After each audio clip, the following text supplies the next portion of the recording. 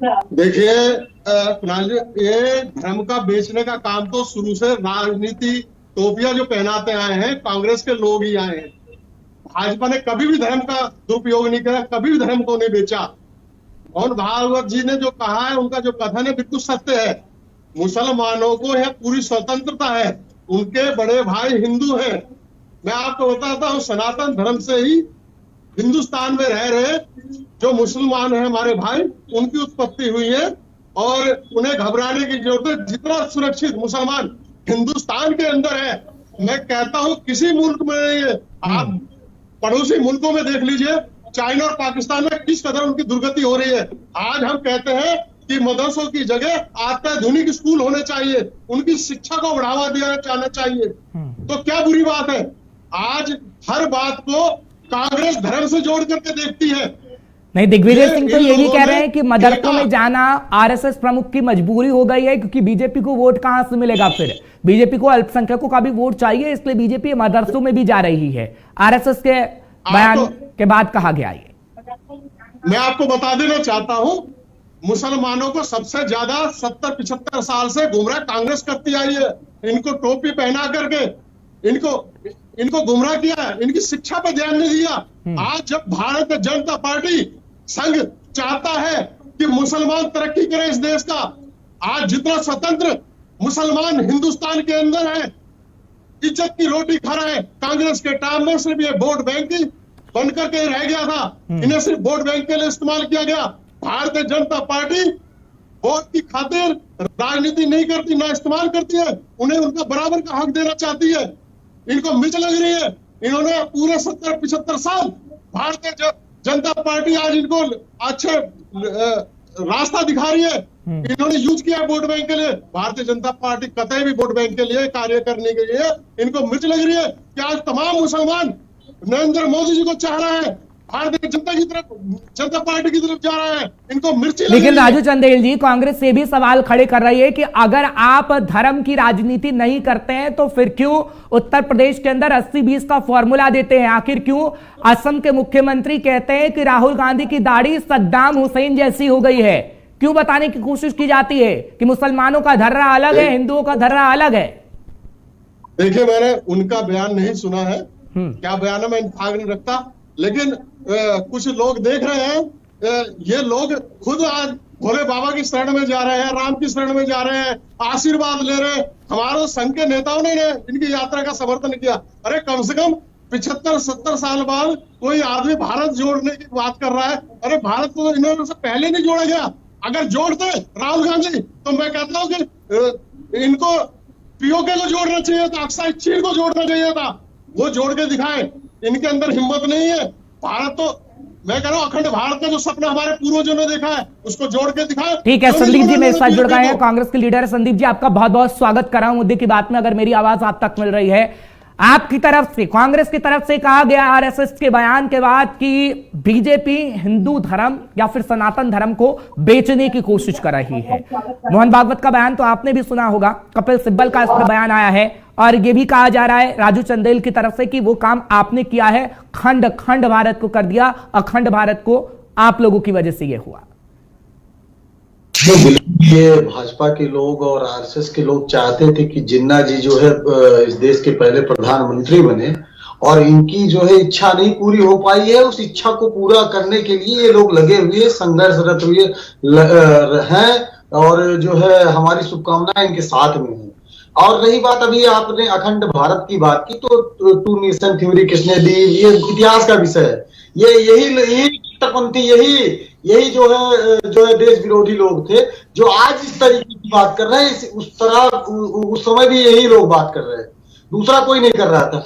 अब मोहन भागवत जी कह रहे हैं कि मुस्लिम जो है सेकंड दर्जे का नागरिक है। आप समझिए छोटे भाई का मतलब क्या हुआ। सब बराबर है, यहाँ छोटे बड़े की बात कहां से आ गई?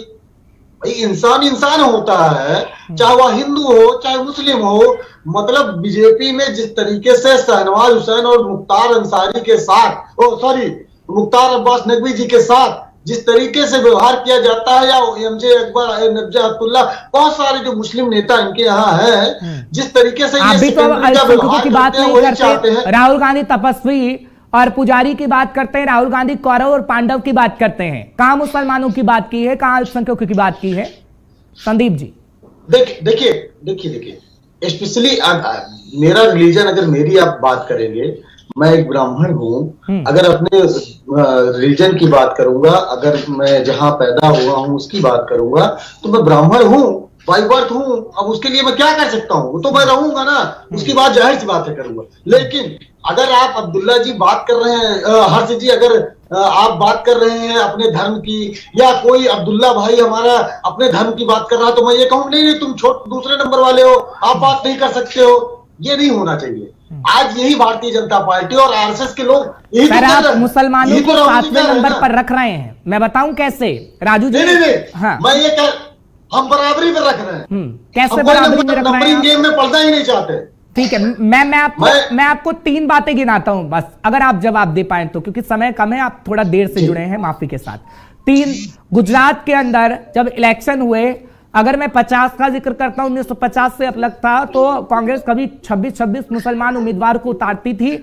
आते आते 2022 में सिर्फ 4 रह गए गुजरात के अंदर। दूसरा सवाल मेरा, उत्तर प्रदेश के अंदर जब प्रियंका गांधी वाड्रा लगातार चुनावी जनसभा कर रही थी, सलमान खुर्शीद को कभी भी बगल के में नहीं रखा गया, 10वें नंबर पर उनकी कुर्सी रही। तीसरा सवाल, भारत जोड़ो यात्रा के दौरान राहुल गांधी जितनी भी प्रेस कॉन्फ्रेंस कर रहे हैं, महंगाई की बात कर रहे हैं, नोटबंदी की बात कर रहे हैं, लेकिन कौरव, पांडव, तपस्या, पुजारी की बात की जा रही है, नफरत की बात की जा रही है, अल्पसंख्यक मुसलमान की बात नहीं की जा रही। तीनों सवालों के जवाब। देखिए पहली बात तो अभी आप सलमान खुर्शीद जी का उदाहरण दिए, तो उत्तर प्रदेश की यात्रा के कन्वीनर वही थे, आपकी जानकारी के लिए बता दूं। और कितनी बड़ी जिम्मेदारी थी, बताने की जरूरत नहीं है। सर, हमें तो दिखाई दे। अरे ये बड़ी लीडरशिप है, उधार की नेतागिरी हमारे यहाँ नहीं है। भाजपा के यहाँ उधार की नेता 121 सांसद हमारी पार्टी से गए हुए लोग हैं। ये तो उधार की पार्टी है, उधार की आइडियोलॉजी है, और ये आर्य समाजी है, सनातनी बताएंगे अपने आप को। आरएसएस कौन से देवी देवता की पूजा करता है? बताइए, इनसे पूछिए आरएसएस के लोगों से, एक नाम बता दे जिस देवी देवता को मानते हो। ये लोग तो आर्य समाजी हैं, ये सनातन धर्म का लगातार नुकसान कर रहे हैं। हर्ष जी, आप समझिए कि ये सनातन धर्म, राजू जी जवाब दीजिए इसका जल्दी से, फिर मैं वरिष्ठ पत्रकार के पास जा रहा हूं। लक्ष्मी जी को नारायण जी से अलग कर देंगे। ये आर्य समाजी लोग सनातनियों को, राजू जी इसका जवाब दीजिए। वो कह रहे हैं हिंदू मुसलमान की बात बांटने की रणनीति आप लोगों की है, जल्दी से। जैसे त्रिपाठी जी कह रहे हैं, ब्राह्मण कौम में जन्म लेने से पंडित नहीं बन जाता, कर्म करना सीखिए। आप लोगों ने टिक्का लगाने से, खाने से हिंदू हो जाता है, मुसलमान से हिंदू हो जाता है। तुम जैसे लोग टिक्का लगा के मीट खाते हो, सलमानी चाहिए, आपने मुसलमानी चाहिए, टिक्का लगा के जाके गोमांस खाते हो। जो अच्छा 16 राज्य में लागू था, 17वां नहीं लग कर पाए। सलमानी बनते हो, हिंदू मुसलमानों बनते हो। भारतीय जनता पार्टी समय में बहुत अच्छा अधिनियम कांग्रेस ने लागू किया, 17वें में क्यों नहीं कर पाए तुम? गाय को राष्ट्रीय ठीक है, भाषा पे संयम रखिएगा थोड़ा, ठीक है। राम मंदिर आज भारतीय जनता पार्टी राम मंदिर, चलिए ठीक है। धनोज जी मैं आपके पास आ रहा हूँ। धनोज जी समय थोड़ा कांग्रेस से जल्दी सवाल के जवाब लूंगा। धनोज जी, ये रहनुमा बताने की आदत छूट जाएगी राजनेताओं की कि मुसलमान किसका है, हिंदू किसका है। 1 मिनट त्रिपाठी जी रुक जाइए। त्रिपाठी जी, जंग का मैदान नहीं है ये। राजू जी रुक जाइए 1 मिनट, जंग का मैदान नहीं है ये, टीवी डिबेट है। जनता को समझाना चाह रहे हैं सर हम, जनता जवाब देगी फिर आप दोनों को। धनोज जी, रहनुमा क्यों बनाया जाता है? देखिए, सोचने वाली बात यह है, राजनीति में हमारे देश में लोकतंत्र है, और लोकतंत्र में जनता जिसको वोट देती है उसकी सरकार बनती है। चाहे आप जो भी डायलॉग आप एक्सप्रेस करते हो, वो डायलॉग को जनता पिक करती है। अभी संदीप त्रिपाठी जी ने सुनिए, अभी संदीप त्रिपाठी जी ने कहा कि मैं ब्राह्मण हूँ। हमारे देश में पता है, मुस्लिम के बच्चे को मुस्लिम ही कहा जाता है, हिंदू के बच्चे को हिंदू ही कहा जाता है। धर्म परिवर्तन करने वाले लोग को जो है क्या कहता है आपको भी पता है। लेकिन बात हो रही इन बयान का। अगर मान लीजिए हिंदुस्तान को हिंदुस्तान रहना चाहिए, इसमें बुराई क्या? मैंने कहा ना कि ये समय समय पर अपने अपने बयान देते हैं। धनोज जी, आप ये कह रहे हैं कि लोगों को भड़काने का काम राजनेता करते हैं, आप ये कह रहे हैं ना? समय समय पर वो तो चलता ही है। हाँ, त्रिपाठी जी जवाब दीजिए, जवाब दीजिए त्रिपाठी जी। मैं कुछ उदाहरण आपके सामने रख देता हूं त्रिपाठी जी, एक मिनट समय कम है त्रिपाठी जी। बीएचयू की परीक्षा में बीफ पर सवाल पर कांग्रेस जमीन पर उतर गई। कर्नाटक में राशन कार्ड पर जीसस की तस्वीर को लेकर कांग्रेस में लोगों के बीच पहुंचा गया। फिल्म में रावण हनुमान के मुगल लुक को लेकर भी बीजेपी और कांग्रेस आमने सामने आ गई। छोटी छोटी बातों पर कांग्रेस का इस तरीके से हवा देना, लोगों को भड़काना कितना सही है?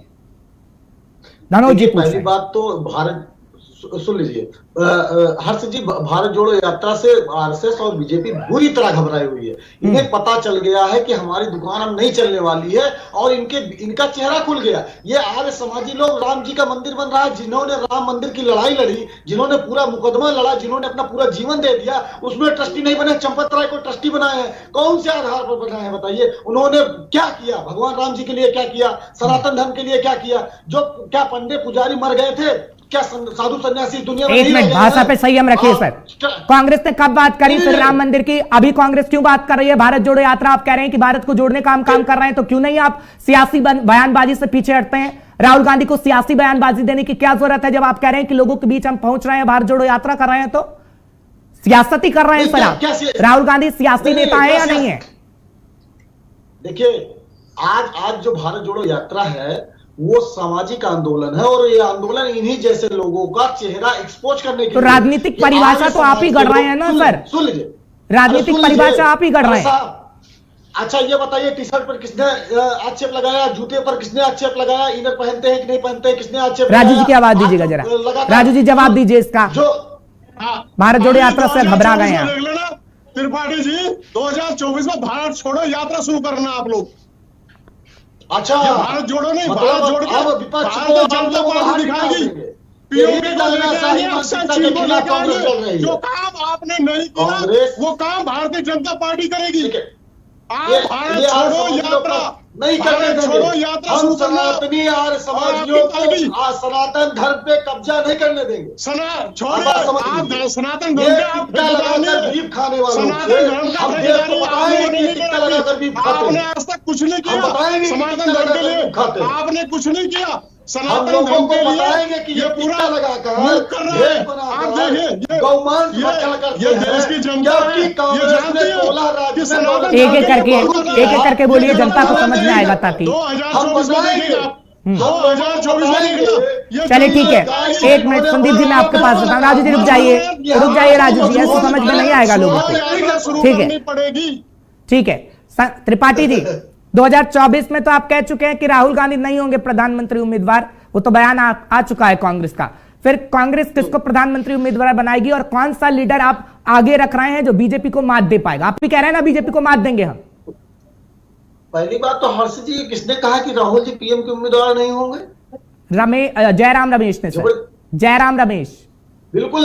बिल्कुल नहीं कहा। आपने सुना नहीं? आपने सुना नहीं? जयराम रमेश की तरफ से बाकायदा प्रेस कॉन्फ्रेंस करके ये कहा गया है कि राहुल गांधी प्रधानमंत्री पद के उम्मीदवार नहीं है और भारत जोड़ो यात्रा का मकसद राजनीति नहीं है। बिल्कुल, मैं बता रहा हूं, जवाब दे रहा हूं। हाँ। उन्होंने कहा कि हमारी जो है पार्टी के नेता, सबसे बड़े नेता राहुल जी है, आज पीएम की उम्मीदवारी की बात नहीं है, यह यात्रा पर उन्होंने कहा। रही बात हमारे किन किन नेताओं ने कहा कि वो पीएम के उम्मीदवार है, हमारे जो है राष्ट्रीय अध्यक्ष ये कहते हैं कि हमारे वो जो है राहुल जी नेता है, और कांग्रेस पार्टी के, मैं ये कह रहा हूँ कांग्रेस पार्टी के वो उम्मीदवार है। अन्य विपक्षी पार्टियों के भी अलग अलग उम्मीदवार होंगे, जो सांसद चुन के आएंगे वो अपना प्रधानमंत्री चुनेंगे। इसमें कौन सी बड़ी बात है? दूसरी बात, अगर आज राजनीति में, देखिए राजनीति में धर्म होना कोई बुरी बात नहीं है, लेकिन धर्म पर राजनीति होना बुरी बात है। भाजपा क्या करती है? धर्म पर राजनीति आप नहीं कर रहे हैं क्या? कौन है सुखू? हिमाचल के सीएम सुखू कौन है? हिमाचल के अंदर कितनी बार सीएम कौन रहा? मैं राजपूतों का जिक्र करूं, ब्राह्मण का जिक्र करूं, फिर आप कहेंगे कि हम धर्म की बात कर रहे हैं। मैं जवाब दे देता हूं, इसका भी जवाब दे देता हूं। कांग्रेस आज जो है पूरे भारतवर्ष में एक भी ब्राह्मण मुख्यमंत्री नहीं है। भाजपा से पूछा जाना चाहिए क्यों नहीं है? क्या ब्राह्मण लायकदार नहीं है क्या, या काबिल नहीं है? दूसरी बात, हमारे कांग्रेस पार्टी में जब भी हम इस तरीके की अगर सरकारें रही हैं, हमारे पास यादव सुबह, ठीक है मैं क्लोजिंग कमेंट दे रहा हूं, राजू जी जल्दी से दीजिए, फिर प्रधानमंत्री नरेंद्र मोदी आ रहे हैं, मुझे दिखाना है। चुप कीजिए त्रिपाठी, चुप होइए। आज मैं देख रहा हूं, पूरा देश देख रहा है, एक पप्पू आज की तारीख में फिल्म आई थी पुष्पा, आज वो रूप लेकर के घूम रहा है, और ये पुष्पा कभी जीतने वाला नहीं है। जय श्री राम। ठीक है।